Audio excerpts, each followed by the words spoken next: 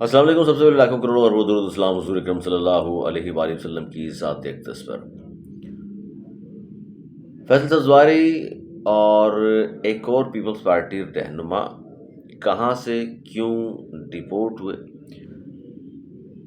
آفاق احمد صاحب کا جلسہ کیوں جلسہ رکھا ہے اور ان کی NOC ملی ہے نہیں ملی، یہ بڑی داستان سناتے ہیں ہم آپ کو کہ جناب کیا ہوا ہے. پھر سب سے بڑھ کر جس خبر کا بہت چرچا ہے، جی میں بلدیہ ٹاؤن کی بات نہیں کر رہا، بلدیہ فیکٹری کی بات نہیں کر رہا، مصطفیٰ کمال صاحب نے جو انٹرویو دیا اس کے بعد پھر ہوا کیا ہے. اور مصطفیٰ کمال صاحب نے کمالی انٹرویو دیا.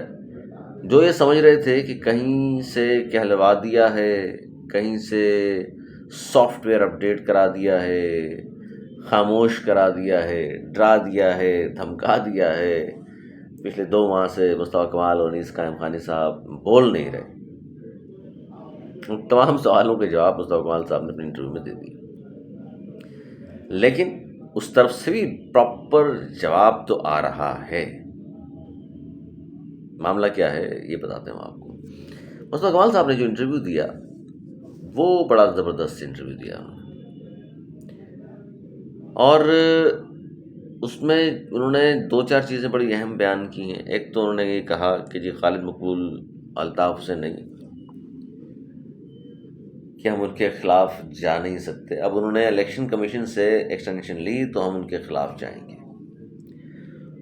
اور انہوں نے کہا جی ایم کے لیگل ان لیگل چیئرمین تو خالد مقبول صدیقی ہے، ان کی ڈیٹ ایکسپائر ہو گئی، یعنی کہ چیئرمین شپ کی، ابھی وہ ایکسٹینشن پر ہے.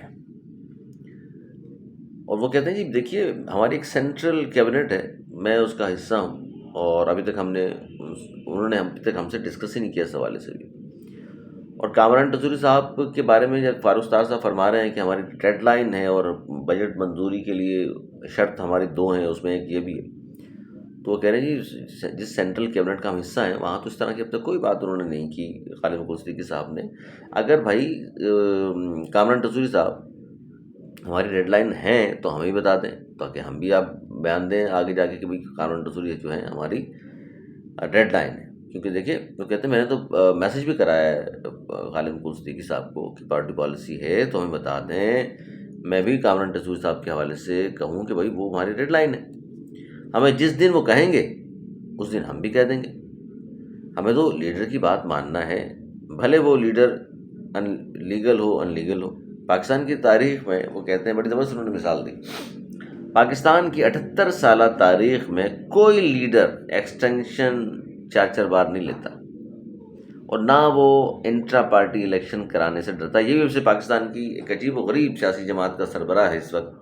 اتنا کیوں خوف زدہ ہے بھائی، اتنے کیوں ڈرے ہوئے ہیں انٹرا پارٹی الیکشن سے؟ ایک طرف کہہ رہے ہیں جی مجھ سے بات ہوئی 2-3 لوگوں کی، نام نہیں لیتا چلے، وہ کہتے ہیں کہ جی PSP سے جو آئے ہیں لوگ 300 لوگ ہیں یار، کیا کر لیں گے، ہمارے تو 10-11 ہزار کارکنان ہیں. میں نے کہا جی بہت اچھی بات ہے، پھر انٹر پارٹی الیکشن کرا دیں، کیوں نہیں کرا رہے؟ ہاں ہم کرا دیں گے، ہم میں تو کوئی ایشو نہیں. تو پھر ایکسٹینشن پہ ایکسٹینشن کیوں لی جا رہی ہے؟ تو خیر انہوں نے کہا کہ جی مصطفیٰ کمال صاحب نے، بھائی جو یہ کون لیڈر ہے جو 4 مرتبہ ایکسٹینشن لے رہا ہے؟ دیکھیے بات یہ ہے، اگر خالد مقبول صدیقی صاحب اپنی مقبولیت سمجھتے ہیں وہ مقبول ہیں، قبول تو ہیں، وہ مقبول بھی ہیں، اور طاقت بھی ہے ان کے پاس، ان کے پاس کارکنان کا جو ہے وہ ایک جتھا بھی موجود ہے، ہزاروں کی جن کی تعداد ہے، تو پھر انٹر پارٹی الیکشن کیوں بار بار آگے بڑھا رہی ہے، کیوں بار بار جواز پیش کیے جا رہے ہیں؟ انٹر پارٹی الیکشن کرا کے ایک طرف ہو جائیں، تاکہ یہ جو باتیں ہو رہی ہیں بھائی مصطفیٰ کمال صاحب کو، انیس قائم خانی صاحب کو آپ کا جواب آ جائے گا. اور دیکھیے بات انہوں نے کوئی ان لیگل بات تو نہیں کی، لیگل بات ہے نا کہ بھائی پارٹی میں انٹر پارٹی الیکشن ہونی چاہیے، ہر سیاسی جماعت میں ہوتے ہیں، آئین اور قانون کے تحت ہوتے ہیں، تو آپ بھی کرا لیں. ڈر خوف جب ہوتا ہے جب آپ کو یہ پتہ ہو، آپ کے خدشات حقیقت نہ بن جائیں کہ جناب انٹر پارٹی الیکشن ہوں گے تو ہمارے کارکنان مجھے دوبارہ چیئرمین یا پارٹی سربراہ منتخب نہیں کریں گے. ورنہ پارٹی لیڈر کو تو اس بات کا زوم ہوتا ہے بھائی، وہ تو کہتا ہے رات کے 2 بجے کرا لیں، اب کرا لیں، کل کرا لیں، صبح کرا لیں، شام کرا لیں، کوئی مسئلہ نہیں.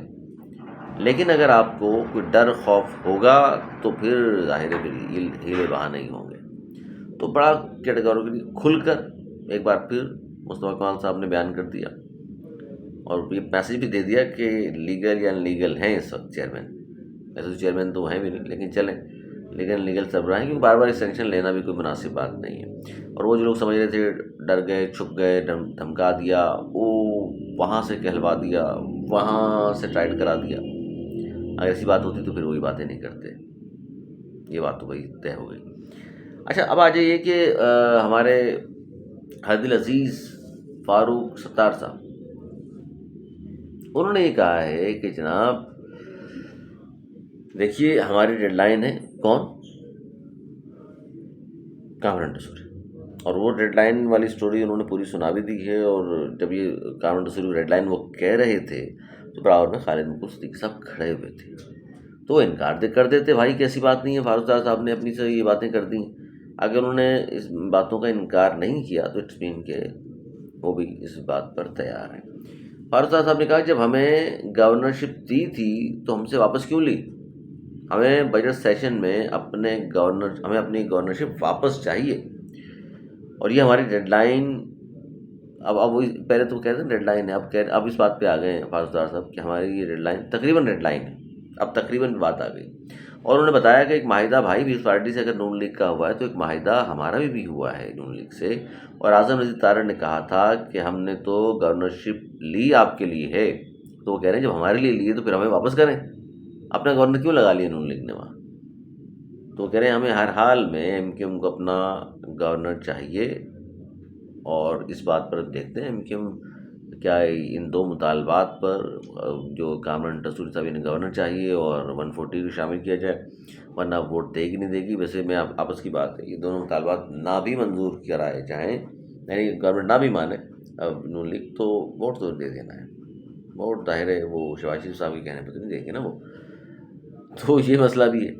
اچھا 2-3 منٹ باقی ہیں، چلے وہ خبر بھی میں آپ کو سنا دوں کہ وہ خبر جو تھی آفاق احمد صاحب کا جلسہ 13 جون کو اورنگی ٹاؤن میں جلسہ ہو رہا ہے اور بالآخر ان کو این او سی مل ہی گیا. بڑی مشکل سے این او سی ان کو ملا ہے. اب دیکھتے ہیں جی جلسے میں کیا اہم اعلان وہ کرنے جا رہے ہیں. اور ہماری بھی کافی انتظار ہے، ان سے بات چیت نہیں ہوئی. کبھی ہمیں ٹائم دیں گے دوبارہ تو ہم ان سے جا کے پوچھیں گے آفاق احمد بھائی سے کہ جناب کچھ ارشاد فرمائیے کہ اس جلسے میں کیا ایسی اہم چیز ہے جو آپ کرنے جا رہے ہیں. اور ان لوگوں کے لیے بھی ایک پیغام ہوگا قوم پرستوں کے لیے جو ان کے خلاف مہم چلا رہے تھے اور وہ کہہ رہے تھے کہ ان کے پاس 200-300 لوگ ہیں. تو یہ جلسے سے پتہ چل جائے گا بھائی کتنے لوگ ہیں. ہمیں تو معلوم ہے اچھا خاصی تعداد ہے، لیکن چلیں جنہیں نہیں معلوم ان کو پتہ چل جائے گا. رؤوف صدیقی صاحب جو ہیں وہ مسلسل بات کر رہے ہیں اور وہ بات جو کر رہے ہیں وہ بڑی دور کی باتیں کر رہے ہیں. رؤوف صدیقی صاحب نے گزشتہ روز میں نے آپ کو بتایا تھا ایک بار پھر ایک جگہ انٹرویو انہوں نے دیا ہے. انہوں نے کہا کہ ایم کیو ایم اب بھی وہی ہے جو پہلے تھی، جو جہاں بانی جب بانی ہوگا ایم کیو ایم تو اسی سے پہچانی جائے گی. وہ کہتے ہیں ایم کیو ایم وہی ہے جی پرانے، کیونکہ جو بانی ہوتا ہے اس کی وجہ سے پارٹی پہچانی جاتی ہے. یعنی الطاف حسین سے یہ ایم کیو ایم کی پہچان ہے. پہلے بھی وہی تھی اور اب بھی وہی پارٹی. جو اب ٹرمینالوجی اب چاہے کوئی سی بھی استعمال کر لیں گے تو بعد میں پتہ چلا. اچھا وہ کہتے ہیں کہ ہمارے خلاف جو آپریشن ہوا اور یہ بلدیہ فیکٹری اور اس کے بعد جو کچھ ہوتا رہا تو پتہ چلا کہ سارے ارینجمنٹ کیے جا رہے تھے کسی ایک پارٹی کو لانے کے لیے. یہ بڑی اہم 2-3 باتیں انہوں نے کی ہیں. باقی جو خبر رہ گئی میں چاہ رہا ہوں کہ یار دیکھیں پھر 9 منٹ کا ہو گیا. میں چاہتا ہوں کہ شارٹ آپ کے سامنے ولاگس کیے جائیں. تفصیل سے انشاءاللہ پھر آپ سے ملاقات ہوگی. اپنا بہت خیال رکھیے گا. مجھے اجازت ملنے کا.